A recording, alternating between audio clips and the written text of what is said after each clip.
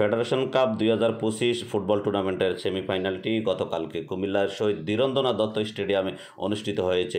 ঢাকার ঐতিহ্যবাহী club Dhaka Abahani limited বনাম বসুন্ধরা কিংসের মধ্যে খেলাটি অনুষ্ঠিত হয়েছে।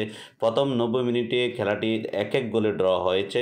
এর মধ্যে আবাহনী লিমিটেডের প্রথমার্ধেই কিন্তু আবাহনী লিমিটেডের দলীয় অধিনায়ক বাবলু লাল কার্ড পেয়ে মাঠ থেকে চলে গেছে। 10 জন খেলোয়াড় নিয়ে তারা পুরো 90 মিনিট পরবর্তীতে খেলেছেন এবং 30 মিনিট যে অতিরিক্ত টাইম দেওয়া হয়েছিল সেই অতিরিক্ত টাইমেও কিন্তু তারা 1-1 গোলে ড্র থাকার কারণে পরবর্তীতে খেলাটি টাইব্রেকারে পরিণত হয়। টাইব্রেকারে আমরা দেখতে পাচ্ছি দুর্দান্ত দুটি শট কিন্তু তারা আবাহনী লিমিটেডের গোলরক্ষক মিতুল মার্মা বাঁচিয়ে দিয়েছেন এবং একটি গোল কিন্তু বদলি খেলোয়াড় হিসেবে নেমেছিলেন বসুন্ধরা কিংসের গোলরক্ষক আনিসুর রহমান জিকু কিন্তু একটি বাঁচিয়ে দিয়েছিলেন। পরবর্তীতে বসুন্ধরা কিংসের দুটি গোল কিন্তু মিস করার কারণে তারা 4-3 গোলে তারা পরাজিত হয়। আবাহনী লিমিটেড এই টুর্নামেন্টের ফাইনালে উন্নীত হয়েছে।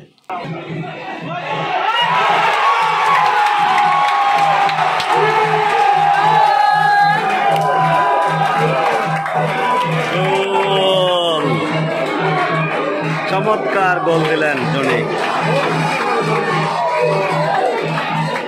দর্শক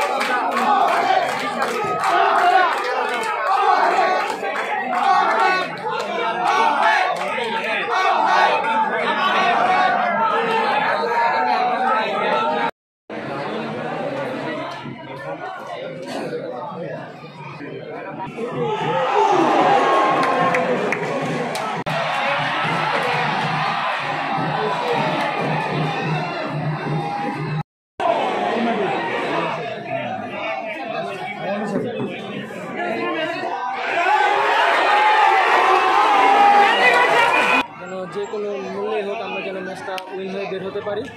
তো আমাদের কোচিং স্টাফ থেকে শুরু করে প্লেয়ারদের মধ্যে গুড কম্বাইন্ড ছিল। মাঠের মধ্যে সবাই সবার জায়গা থেকে সব থেকে বেশ যে চেষ্টাটা করেছে, দিন শেষে আল্লাহ তাআলার সহায় এবং ম্যাচটা উইন হওয়াতে আমরা সবাই খুশি। ফাইনালি ম্যাচ জেতা, আমি বলবো যে কেরালা প্রথম থেকে ডিটারমাইন্ড ছিল ম্যাচটা তাদেরকে জিততে হবে। 10 জন টিমে পরিণত হওয়ার পরও কখনোই তারা ম্যাচটা ছেড়ে দেয়নি। যেভাবে রেস্ট্রিকশন ছিল এই অনুযায়ী যদি আমরা হয়তো গোলও রিসিভ করেছিলাম, কিন্তু পরবর্তীতে যখন আমরা চিন্তা করলাম যে না এই ম্যাচটাকে আমাদেরকে নিয়ে আসতে হবে, সেই জন্য কিছু স্ট্র্যাটেজিরও পরিবর্তন আনা হয়েছে এবং সব কিছু মিলিয়ে খেলোয়াড়রা যে তাদের যে জেতার জন্য যে অদম্য স্পৃহা তারই প্রতিফলন ঘটেছে আজকের এই ম্যাচে জয়লাভের মধ্যে।